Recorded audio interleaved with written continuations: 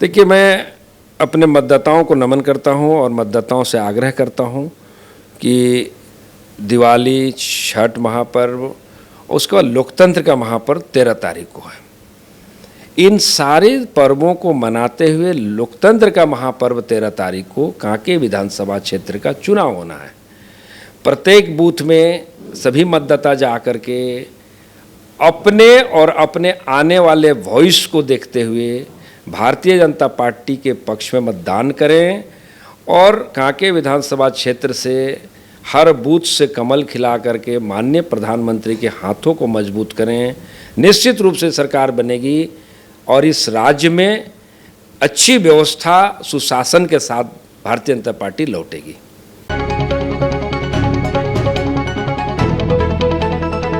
नमस्कार, मेरा नाम आज़ाद कबीर है। आप देख रहे हैं new India news. New India news की टीम इस वक्त झारखंड में हम मौजूद हैं और हम आपको बता दें कि झारखंड में भी चुनाव है, महाराष्ट्र में भी चुनाव है और जो राजनीति है वो गरमाई हुई है। रणभूमि के तरह सियासत तेज है और हम आपको बता दें कि जो झारखंड की राजधानी है रांची, 7 विधानसभा सीटें हैं। यहाँ पर 7 विधानसभा सीटों में से एक सीट जो हॉट सीट बनी हुई है इस वक्त कांके, और कांके के हम भारतीय जनता पार्टी के यशस्वी युवा प्रत्याशी डॉक्टर जीतू चरण राम जी से आज हम आपकी भेंट कराने जा रहे हैं। डॉक्टर साहब के बारे में हम आपको थोड़ी प्रोफाइल उनके बता देते हैं। मेडिकल प्रोफेशन से हैं, डॉक्टर हैं और इन्होंने अपनी मेडिकल की पढ़ाई कलकत्ता से करी है। और दूसरी सबसे बड़ी जो चीज़ है वो 2014 से 19 तक विधायक भी रहे, एमएलए भी रहे हैं। और अब हम जो सबसे बड़ी बात हम वो जानेंगे आज डॉक्टर साहब से। डॉक्टर साहब, पहले तो आपका स्वागत कर लेते हैं न्यू इंडिया न्यूज़ पर सर। और डॉक्टर साहब, आप 5 साल आप विधायक रहे 14 से 19 तक और इस बार 24 के चुनाव में, विधानसभा चुनाव है झारखंड में हो रहा है, भारतीय जनता पार्टी ने आप पे भरोसा जताया, आपको टिकट कांके से दे रहे हैं। सर, कांके में आप जो विकास कार्य के बारे में हम बात करें, 5 बड़े समस्या, बड़े इश्यूज आप क्या देखते हैं, क्या कहना है सर? देखिए, सर्वप्रथम न्यूज़ इंडिया को हम धन्यवाद देते हैं आज इस प्रेस वार्ता के लिए। और आप इस मीडिया के माध्यम से हम अपने शीर्ष नेतृत्व के प्रति आभार व्यक्त करते हैं, क्योंकि सामान्य से कार्यकर्ता को पार्टी सम्मान की है, उनको फिर से प्रत्याशी बनाने का काम किया है। इसके लिए मैं समस्त पदाधिकारियों और नेतृत्व को आभार व्यक्त करता हूं। और जिस आसार विश्वास के साथ में पार्टी कांके विधानसभा क्षेत्र के प्रत्याशी के रूप में सीट दी है, मैं पूरी तैयारी कर रहा हूँ, पूरी जदोजहद के साथ में क्षेत्र के जनता के साथ में संपर्क और समन्वय स्थापित है। और निश्चित रूप से यह सीट अनुकूल है। लगातार 1990 से लेकर के अब तक पार्टी की जीत होती आई है। 1-2 बार सीटें कांग्रेस को गई है और लगातार ये भारतीय जनता पार्टी का सीट रहा है और भारतीय जनता पार्टी के प्रति लोगों का विश्वास है। जिस प्रकार माननीय नरेंद्र मोदी जी देश में अपना विश्वास स्थापित किए हुए हैं, जनता के दिल जीते हुए हैं, उसी तरह से मैं भारतीय जनता पार्टी के विधायक 2014 से 19 रहा और मैं लगातार इस क्षेत्र के जनता के हित के कार्यों को लेकर के मुखर रूप से विधानसभा में आवाज़ उठाया, काम भी किया और कुछ काम पूर्ण नहीं भी हो पाए, पाइपलाइन में है, उन कार्यों को आगे हम बढ़ाने का कोशिश करेंगे। मुख्य रूप से ये मैं बताना चाहता हूँ, जिसने आपने पूछा कि कई मुख्य समस्याएं, 5 बिंदु पर बात करें, तो ये मैं आपको बताना चाहता हूँ कि ये कांके विधानसभा क्षेत्र ग्रामीण और शहरी दोनों क्षेत्र का समावेश है। और शहरी क्षेत्र की अलग समस्या है, ग्रामीण की अलग समस्या है। ग्रामीण क्षेत्र की बात करेंगे तो यहाँ पर कम्युनिकेशन, यानी आप कहेंगे कि ट्रांसपोर्ट की प्रॉब्लम है। शहर को गांव तक जोड़ने की विभिन्न प्रकार की पथों का निर्माण अत्यंत बहुत ज़्यादा कनेक्टिविटी की आवश्यकता है और उस क्षेत्र में हम अपने को काफ़ी प्रयास किया। अपना पीछे 14 से 19 के टेन्योर में, जिस समय माननीय रघुवर दास जी यहाँ के मुख्यमंत्री थे और उनके नेतृत्व वाली सरकार में काफ़ी कनेक्टिविटी को हम आगे बढ़ाया है। जैसे रांची से खिलाड़ी कहेंगे, रांची से राय कहेंगे, रांची से इस शहर को सिर्फ अपने क्षेत्र में ही नहीं ग्रामीण क्षेत्र जुड़ा, बल्कि उसकी इंटर डिस्ट्रिक्ट इंटर स्टेट को भी हमने कोशिश किया जोड़ने के लिए, सो दैट कि लोगों को आना जाना आवागमन की सुविधा बढ़ सके।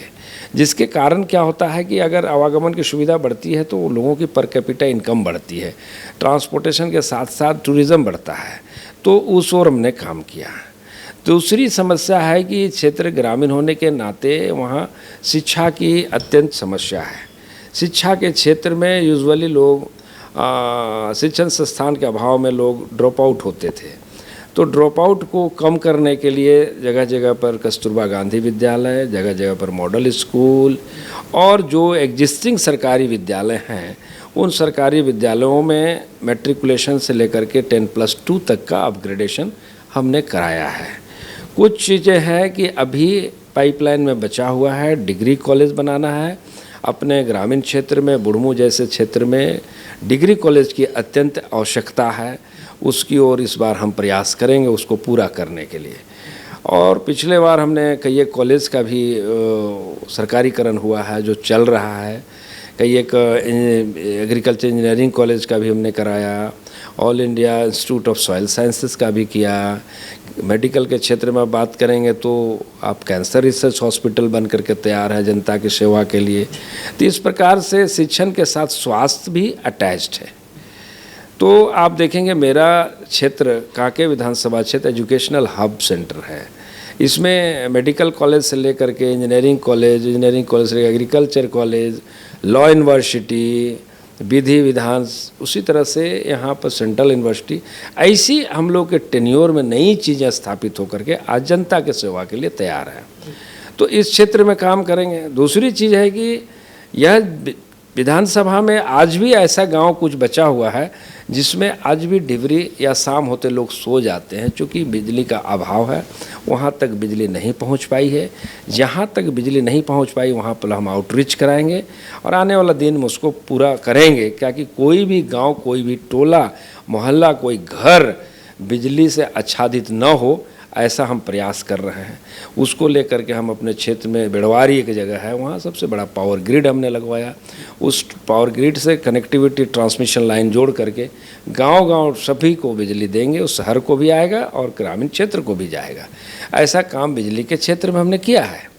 साथ ही साथ उसको जहीं दूर क्षेत्र हैं जहाँ पर पावर का प्रॉब्लम होता है, डिमिशन ऑफ लाइट होती है, तो उसमें हमने वो भी किया है कि ताकि वहाँ के ये सब स्टेशन बना करके उसको और अपग्रेडेशन किए। कई एक सब स्टेशन बनाए, यहाँ आप कांके में बोलेंगे, चिरौंदी में है, उसी तरह से लापरा सबसे सुदूर एरिया में है, सिद्रौल में है, ऐसे कई एक ऐसे जगह हैं जहाँ पर इसको हमने किया है। और आने वाला दिन में इस क्षेत्र को हम और आगे बढ़ाएंगे और आगे काम करेंगे। डॉक्टर साहब ये तो सारी, हाँ, और उसके बाद में जो मैं बता रहा हूँ, सारी सुविधाएं हैं, लेकिन एक सुविधा के बिना लोग अशांत रहते हैं, वो है गुड गवर्नेंस सिस्टम। हमारी लॉ एंड ऑर्डर की व्यवस्था को हमने आगे बढ़ाने की कोशिश किया। ग्रामीण क्षेत्रों में चूँकि मेरा विधानसभा क्षेत्र थोड़ा प्रभावित क्षेत्र है, तो ऐसा कुछ विषय बहुत ज़्यादा नहीं, लेकिन थोड़ा लोग भयभीत रहते हैं। उसको लेकर के हमने काफ़ी जगहों पर थाना अपग्रेडेशन किया और आने वाला दिन में भी कुछ अपग्रेडेशन करना है। अपने खिलाड़ी जो है डिस्ट्रिक्ट टाउन से काफ़ी दूर भर है, तो उसको सब डिवीजन करने के लिए, अनुमंडल बनाने के लिए पूरा प्रयास करेंगे। इस बार हमने पिछले बार भी प्रयास किया था, लेकिन वो पाइपलाइन में रह गया, नहीं हुआ था, अब उसको इस बार करेंगे। तो इस प्रकार से हम गुड गवर्नेंस सिस्टम एक तैयार करना चाहते हैं, लॉ एंड ऑर्डर को ठीक करना चाहते हैं, ताकि यहाँ निवास करने वाले लोगों शांति से जीवन यापन करें, भय रहित जीवन जिए, क्राइम और करप्शन फ्री कंस्टिट्यूंसी बने, ऐसा मेरी मिशन है। ये डॉक्टर साहब बहुत ही अच्छे आपके ये जो चुनाव में आपने पूरी रणनीति बनाई है, विकास कार्य प्रोजेक्ट, आपने कुछ विकास कार्य किया भी। हमें गांव में जाने का मौका मिला, कांके से 45 किलोमीटर दूर आपको मुरुपीरी, तो हमने आपका पैतृक घर भी देखा और वहाँ पे हमने देखा कि हमें लोगों ने, पब्लिक ने, जनता ने बताया कि जो रोड कनेक्टिविटी की बात है, बहुत सारे ऐसे रोड जो पहले नहीं बने थे आपने बनाए, विकास कार्य वो दिखे हैं।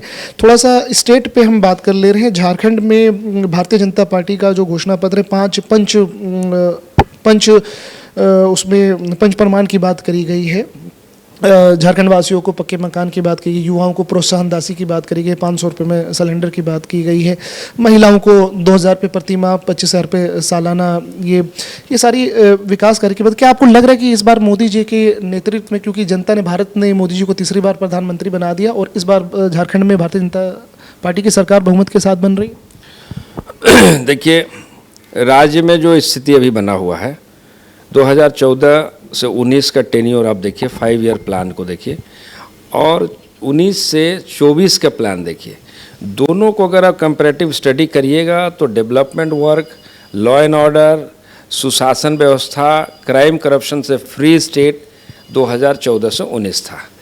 अब देखेंगे कि उसी तरह से कंपेयर करेंगे तो 2019 से 24 में इस देश का कोई ऐसा व्यक्ति झारखंड को नहीं जानता हो। क्यों? क्योंकि यहाँ क्राइम करप्शन से लेकर के लॉ एंड ऑर्डर सिस्टम चरमराई हुई है। इवन दो कि टाउन में रहने वाला कोई व्यक्ति सुरक्षित नहीं है, आए दिन घटनाएं, दुर्घटनाएं, कोई महिलाएं सुरक्षित नहीं है, कोई बेटियां सुरक्षित नहीं है, यहाँ निवास करने वाले लोग सुरक्षित नहीं है। आए दिन आप देख रहे हैं बाहर से वो घुसपैठी यहाँ घुस करके यहाँ की हक और अधिकार को कट शॉर्ट कर रहे हैं। तो इस चीज़ को देख करके जनता को खुद डिसाइड करना चाहिए कि हम किस ओर जाएं।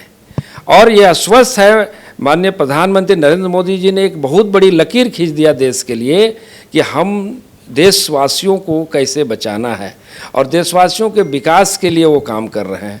झारखंड राज्य में भी हम अगर चाहते हैं कि ऐसा सिस्टम बढ़िया डेवलप करें, हम यहाँ के सभी का हम विकास करा सकें, सभी महिलाओं को सुरक्षित कर सकें, सभी युवा युवतियों को हम आगे बढ़ा सकें और किसानों को बढ़ा सकें, महिलाओं को सुरक्षित कर सकें, इसके लिए हम प्रधानमंत्री ज्ञान सिस्टम को लगाए। उसी तरह से यहाँ पर राज्य में पंचतंत्र के माध्यम से हम महिलाओं को सुरक्षित करेंगे, महिलाओं को जो हमको देना है वो देंगे।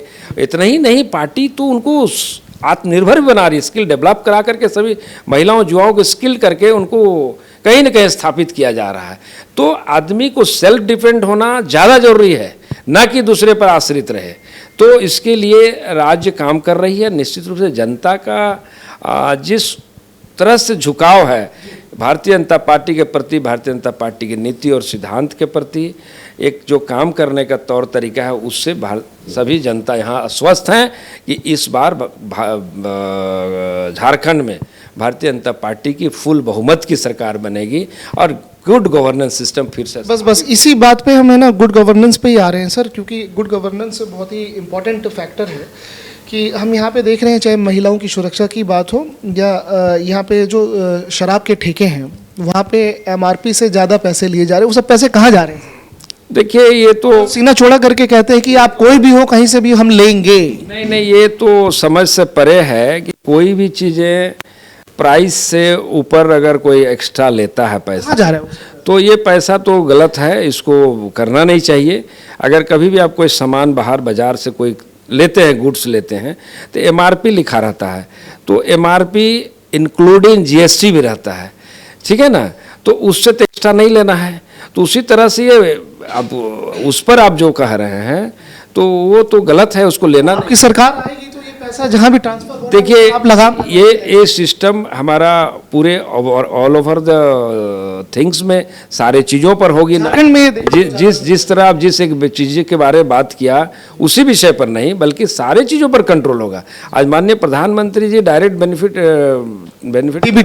DBT के माध्यम से सारे चीज़ों को फ्री कर दिए हैं कि अगर हम 2,000 रुपया किसान को दे रहे हैं तीन बार करके, यानी 6,000 रुपया डायरेक्ट उनके खाता में जा रहा है। वहाँ तो कट कहीं नहीं है, कट मनी की बात है या किसी तरह के कम होने की ज़रूरत नहीं है। तो आप कह रहे हैं कि MRP ज़्यादा ले रहे हैं, तो ये तो गलत हो रहा है, इलीगल चीज़ है। इलीगल मानते हैं आप सर। युवाओं को और युवा, ये दो झारखंड में युवाओं का जो रुझान होता है, चाहे वो मेल हो या फीमेल हो, गवर्नमेंट सेक्टर में जाने का, जॉब करने का, लाइफ को सिक्योर करने का, तो जो 5 लाख जो चुनावी जो वादा था, जो पूर्व में सरकार है, आपने भी अपने पंच प्रमाण में, पंचतंत्र में आपने रखा है कि हम 2.87 2,87,000 जो रिक्त पद है उसको भरेंगे हम। तो वो सर पूरा कब कैसे होगा? पिछले टेन्योर में तो सरकार का जो है वो हुआ नहीं, लेकिन वो सब वादा पूरा सरकार वादा तो कर देती है, घोषणा तो पार्टियां कर देती है, लेकिन वो ग्राउंड पे नहीं पूरा हो पाता। देखिए, पार्टी घोषणा पत्र में लाती है और पार्टी उसको घोषणा पत्र में पूरा करना चाहिए। माननीय प्रधानमंत्री जी के नेतृत्व वाली सरकार में घोषणाएं नहीं करती है, संकल्प करती है। संकल्प है कि मैं उसको ले रहा हूं शपथ और उसको मैं पूरा करूंगा। युवाओं का कहना है कि ना, युवाओं का कहना है कि पिछली सरकार ने ना वादा पूरा करके दिया। ठीक है, पिछली सरकार यहाँ जेएमएम का, कांग्रेस का, आरजेडी का, सभी का अलायंस सरकार चली है, खिचड़ी गाली, तो सभी का क्या रहा है, क्यों किया, क्यों पूरा नहीं किया, उनकी इशू है। लेकिन पूरा नहीं किया ये मैं जानता हूँ।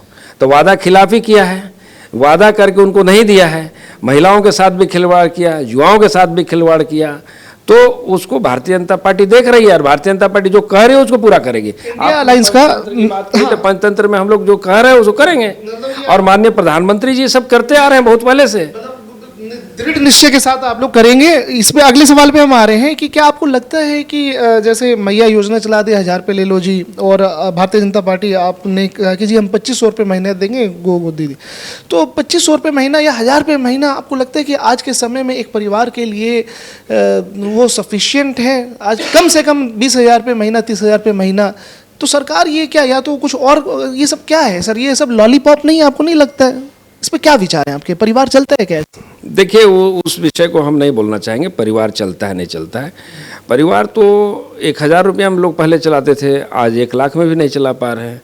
तो ये इशू को आप में की है, डिपेंड्स ऑन कि आपके आय कहाँ है, एक्सपेंडिचर कहाँ है, आपको जज करना पड़ेगा। एज पर इनकम आपको एक्सपेंडिचर करना होगा, डिसाइड करना होगा क्या करना। सरकार एक राशि दे रही है, देखिए एट ए इमरजेंसी की सिचुएशन ऐसा कभी कभी आता है, माननीय प्रधानमंत्री जी इस बात को सोच करके किसान सम्मान निधि पर पैसा दिए 6,000 रुपया पर ईयर, कि एक समय किसान के पास बीज खरीदने के लिए पैसा नहीं होता था और किसान उसमें मारे मारे फिरते थे, किसी से लोन लेकर के, उधार लेकर के, ब्याज पर पैसा लेकर के वो बीज खरीदते थे। उस सिचुएशन को देखे हैं प्रधानमंत्री जी, और प्रधानमंत्री जी उस सिचुएशन को देख करके इस योजना को किए। तो कोई भी योजना प्रधानमंत्री का एथिकल है, उसके पीछे लॉजिक है, विदाउट लॉजिक कोई स्कीम नहीं है। तो आप उस तरह से दृष्टि देखिए। आप हम किसी को स्टैंड अप करने के लिए सिर्फ कि हम इतना पैसा दे रहे तुम नहीं, उसको सपोर्ट है, एक इमरजेंसी सपोर्ट। हम उनको ये कह रहे हैं कि दृष्टिकोण ये है, प्रधानमंत्री बार बार बोल रहे हैं क्यों, कि आत्मनिर्भर बनाएंगे, लोगों को आत्मनिर्भर होना, स्वयं स्टैंड अप होना है पैरों पर और आगे बढ़े लोग। चाहे उसके लिए अच्छी शिक्षा प्राप्त करनी चाहिए, युवाओं को, युवतियों को अच्छी शिक्षा प्राप्त करनी चाहिए, सो दैट कि government education, government service sector में हम जा सकते हैं, है कि नहीं। और अगर कोई ऐसा नहीं है जिससे जाना चाहता है किसी दूसरे स्ट्रीम में, तो उसके लिए स्किल डेवलप करना चाहिए। बाई एनीवे उनको स्टैंड अप होना है, अच्छे से काम करके अच्छा स्टेबल होना है, और उसको ताकि आपके अपना परिवार चला सके बढ़िया से।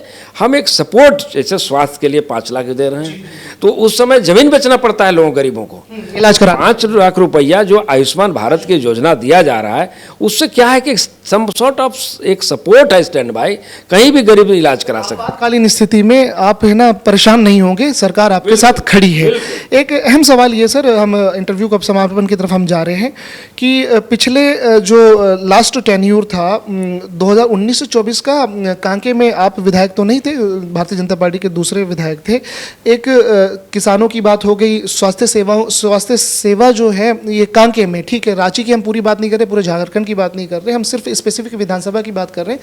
जो पीएचसी प्राथमिक स्वास्थ्य केंद्र हो गया और सामुदायिक स्वास्थ्य केंद्र सीएससी हो गया, ये बिल्कुल लचर है, प्रसव हो जाए, क्योंकि आपका विधानसभा 2 कैटेगरी में आता है। एक हाई राइज बिल्डिंग भी है और आपके विधानसभा में ग्रामीण लोग भी हैं, वहाँ पे गरीब लोग भी हैं, जो कि आप बता रहे कि डिबरी तक का यूज़ हो जाता है, शाम को लाइट भी नहीं है। तो वो बैलेंस कैसे होगा जो कि नहीं हो पाया, इस पर पहले क्या कहना? देखिए, हमने जो प्रयास 14 से 19 किया है, वह प्रयास को हम आगे बढ़ाएंगे। आपने कहा स्वास्थ्य सेवाएं की, 14 से 19 हमने जो पहल किया है, चाहे मेडिकल कॉलेज में सीट बढ़ाने की हो, चाहे राज्य में मेडिकल कॉलेज की बढ़ाने की बात हो, सो दैट कि डॉक्टरों का प्रोडक्शन ज़्यादा हो, सीएससी, पीएससी, सब पीएससी, रेफरल और डिस्ट्रिक्ट हॉस्पिटल में डॉक्टर रहें, नर्सेज रहें, पैरामेडिकल स्टाफ्स रहें। इसके लिए माननीय रघुवर दास के नेतृत्व वाली सरकार में उसमें हम लोगों ने जो पहल किया है, जो नीचे तक जाते लोग वहाँ पर नहीं पहुँच पाते थे, रहते नहीं थे डॉक्टर, आज रहने लगे हैं। यहीं पर हमने 1419 में NCD नॉन कम्युनिकेबल डिजीजेस जैसे चीज़ों को हम लोग ने सर्वे कराया अपने विधानसभा में, आज भी उसका चल रहा है। नॉन कम्युनिकेबल डिजीजेस में ऐसा है कि डायबिटीज़ हो गया, हाई ब्लड प्रेशर हुआ, हार्ट अटैक हुआ, ऐसे कई एक हिडन डिजीजेस हैं जिसमें लोग नहीं जानते और कई एक कारण से लोग मर जाते थे। ग्रामीण क्षेत्र में मरने के बाद में परेशानियां होती थी और अफवाह होता था कि डायन बिशाई के कारण वो मर गया, किसी की नज़र लगा या भूत प्रेत के कारण।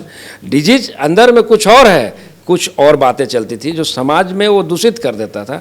इसका हम लोग वहाँ उस कुरीतियों से बचने के लिए हमने NCD किया, बोस्टन यूनिवर्सिटी से यहाँ लॉन्च कराकर अभी भी कांके में उसका है, CSC में उसका सर्वे होता है पूरा विधानसभा में, और वहाँ के डिजीज़ उस तरह के लोगों को सर्वे करके हायर ट्रीटमेंट के लिए रिम्स, और उसके बाद भी हम लोग उसको प्रयास कर रहे हैं।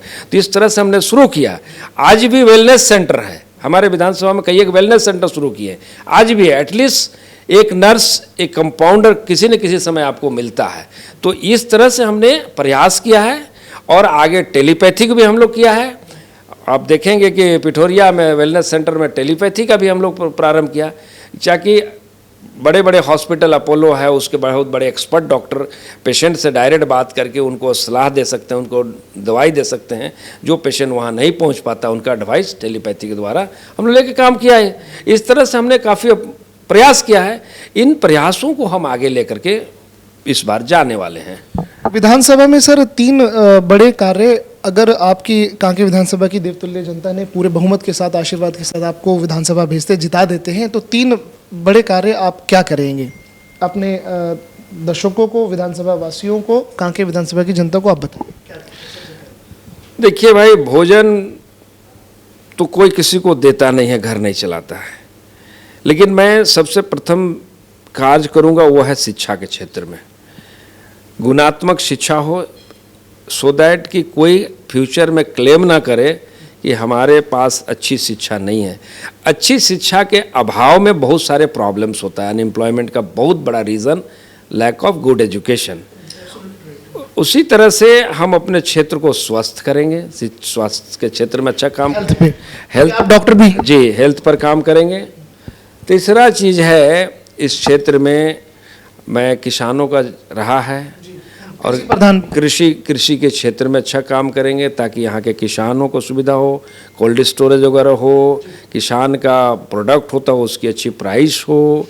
उस तरह से हम काम करेंगे किसानों की सुविधा के लिए, चाहे इरिगेशन से हो, इन सारी सुविधाओं को लेकर के हम विशेष काम करने वाले हैं। और last but not the list, हम इसकी लॉ एंड ऑर्डर पर विशेष हमारा की सुरक्षा, बिल्कुल व्यापारियों की सुरक्षा जी, क्योंकि हमारा क्षेत्र लगभग टूरिस्ट स्पॉट बहुत सारे हैं, उसे टूरिज्म की ओर हम इस क्षेत्र को भी। मेरा लास्ट भी सवाल था, आप अपने आप ही बोलते कहते हैं, कुछ सवालों को पढ़ भी लेते हैं आप, क्योंकि हमारा लास्ट आखिरी सवाल ये था कि आपका जो इलाका है पहाड़ी मंदिर और पतरातू वगैरह और भी वहाँ पे बहुत सारी चीज़ें हैं जो कि एक टूरिस्ट हब बन सकता है, तो अगर आपकी गवर्नमेंट आई तो आप उसको कर देंगे 5 साल में? बिल्कुल। देखिए, इकोनॉमी भी बढ़ेगी। 5 साल में एक प्रयास किया जा सकता है, सारी चीज़ें हो जाएगी ऐसा नहीं समझते हैं, लेकिन मैं प्रयास ज़रूर करूंगा, रिजल्ट ओरिएंटेड काम होंगे, क्योंकि टूरिज़्म के कारण इकोनॉमी भी ग्रोथ होगा और लोगों को फ़ायदा होगा। वहाँ के निवास करने वाले सारे लोग अपने आप उनको रोज़गार प्राप्त होने लग जाएगा, और हम प्रयास करेंगे इस सब चीज़ों को। और एक आखिरी बात और, डॉक्टर जीतू चरण राम गांव से आते हैं, तो शहर में भी आप रहते हैं, लेकिन आपका जो पैतृक मकान हमने देखा गांव देहात में, तो ग्रामवासियों के दर्द दुख को, क्योंकि जब आपने जीवन आपने एक ग्राम पंचायत में एक छोटे से गांव में आपने बिताया है, तो उनके तकलीफ को भी आपने देखा होगा। और अगर जनता ने आशीर्वाद दिया तो अर्बन जो वासी है, अर्बन शहरों में रह रहे, अर्बन में रह रहे, उनके लिए तो आप काम करेंगे। उनको आप क्या एक विश्वास दिलाना चाहते हैं, क्या कहना चाहते हैं? उन तक कोई पहुंचता नहीं, हम भी पहुंचे 45 किलोमीटर दूर रात में जंगल में अंधेरे में, तो पहुंचने के बाद हमें भी लगा कि नहीं, मीडिया भी वहां पे नहीं पहुंचती है। क्या आप विश्वास दिला रहे हैं? देखिए, ऐसा नहीं है। अर्बनाइजेशन होते के साथ साथ रूरल एरिया आज रूरल कोविड-19 जब हुआ तो रूरल एरिया सुरक्षित था, और रूरल में अगर यदि ग्रामीण क्षेत्र में सारी सुविधाएं, कनेक्टिविटी हो, पानी की व्यवस्था हो, स्वास्थ्य की व्यवस्था हो और आने जाने की सारी व्यवस्थाएं यदि होती है तो इससे बड़ा काम और हो नहीं सकता है। और ग्रामीण क्षेत्र को अपग्रेडेशन करने के लिए प्रधानमंत्री आवास योजना से लेकर के कई एक योजनाओं को दिया जा रहा है, ताकि गांव में कोई भी व्यक्ति ऐसा नहीं रहे जिसके घर पे उनका पक्का छप्पर, पक्का मकान नहीं हो। तो इस सपना को हम लोग साकार करेंगे ग्रामीण क्षेत्रों में, हर व्यक्ति को यह सुविधा प्राप्त हो। आपकी गवर्नमेंट सरकार आई तो युवाओं में ये विश्वास रहेगा कि है ना, पेपर लीक हो जाना या रिजल्ट का डिले होना, युवाओं को लाठी खानी नहीं पड़ेगी, धरना प्रदर्शन तो नहीं करना पड़ेगा? देखिए, ये सिस्टम तो निश्चित रूप से हम लोग सुधार करेंगे यदि जनता की आशीर्वाद रही, और हम लोग यह प्रयास करेंगे कि कोई चीज़ का स्क्रूटनी इन डिटेल पहले करना चाहिए। समझ रहे हैं ना, कहा जाता है preparation in advance and detail. इस पॉलिसी को हम लोग फॉलोअप करेंगे कि किसी भी एग्ज़ाम को लेने के पहले हम जो चीज़ करना चाह रहे हैं उसकी हमारी तैयारी रहना चाहिए और डिटेल रहना चाहिए, पहले से रहना चाहिए। और इसकी भी प्रिकॉशन लेना चाहिए कि हम एग्ज़ाम कराने जा रहे हैं तो हमारे चीज़ें बाहर कैसे निकल जाती है, सारी चीज़ें तो कन्फिडेंशियल रहता है। तो इस चीज़ को हम लोग स्ट्रांगली इसको फॉलोअप करेंगे, ताकि जो युवाएं इतने साल तक अपनी तैयारियां करती, पढ़ाई करती है, होपफुल रहते हैं कि इस पढ़ाई में हम इस परीक्षा में पास करेंगे, उनके सपनों के प्रति पॉजिटिव होकर के हम जाएं और आश्वस्त करेंगे हम अपने युवा साथियों युवतियों को कि आने वाला दिन में इस प्रकार की जो कमियां हैं उसको हम लोग दूर करेंगे। चाहे शहर के क्षेत्र का हो, पानी की बात हो, चाहे वाटर सीवरेज सिस्टम की बात हो, एक अर्बन एरिया में, एक म्यूनसिपल एरिया में जो सुविधा होना चाहिए उन सुविधाओं के प्रति हम जनता को समर्पित करेंगे, और ग्रामीण का जो रहेगा उस ग्रामीण को करेंगे। ओवरऑल आपने जो कहा है कि ये CGL और SSC में जो पेपर लीक होता है, इन सारी चीज़ों पर विशेष निगाह रहेगी, ताकि कोई भी बच्चा निराश होकर के, हताश होकर के, बहुत समय सुसाइडल अटैक होता है तो उस ओर लोग नहीं जाए, एकदम बिल्कुल होपफुल रहे कि हम जो तैयारी कर रहे हैं पॉजिटिव हैं और एकदम आत्मबल के साथ अपनी तैयारी करेंगे। सरकार उसके लिए हमेशा खड़ा रहेगी। सर, अंत में 13 तारीख को फर्स्ट फेज का वोटिंग होना है, क्या आप अपने कांके विधानसभा की देवतुल्य वोटर से, मतदाता से क्या कहना? देखिए, मैं अपने मतदाताओं को नमन करता हूं और मतदाताओं से आग्रह करता हूं कि दिवाली, छठ महापर्व, उसके बाद लोकतंत्र का महापर्व 13 तारीख को है। इन सारे पर्वों को मनाते हुए लोकतंत्र का महापर्व 13 तारीख को कांके विधानसभा क्षेत्र का चुनाव होना है। प्रत्येक बूथ में सभी मतदाता जा कर के अपने और अपने आने वाले वॉइस को देखते हुए भारतीय जनता पार्टी के पक्ष में मतदान करें, और कांके विधानसभा क्षेत्र से हर बूथ से कमल खिला करके माननीय प्रधानमंत्री के हाथों को मजबूत करें। निश्चित रूप से सरकार बनेगी और इस राज्य में अच्छी व्यवस्था, सुशासन के साथ भारतीय जनता पार्टी लौटेगी।